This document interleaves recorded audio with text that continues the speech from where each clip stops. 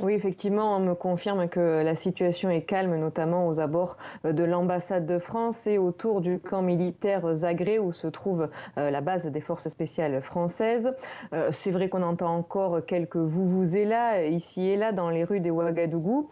Et en ce qui concerne la situation nationale, eh bien, il y a moins de 30 minutes à la télévision nationale, le capitaine Ibrahim Traoré est apparu aux côtés du chef d'état-major général des armées, le colonel-major David Cabré, et d'autres chefs du commandement des armées. Une vidéo où le capitaine Traoré dit avoir obtenu le soutien de toute la chaîne de commandement de l'armée, qui a donc accepté d'accompagner, ce sont les termes, le MPSR dans cette lutte. Alors justement, Fanny, c'est un nouvel acte politique qui est en train de s'écrire dans le pays. Est-ce que les putschistes ont fait part de leurs priorités, de leur action politique, de l'action politique qu'ils entendent mener dans les mois à venir? Pas encore, parce que ce qu'on sait, c'est que donc le capitaine Traoré va assurer les affaires courantes de l'État jusqu'à l'élection d'un nouveau président qui sera fait normalement par les forces vives de la nation.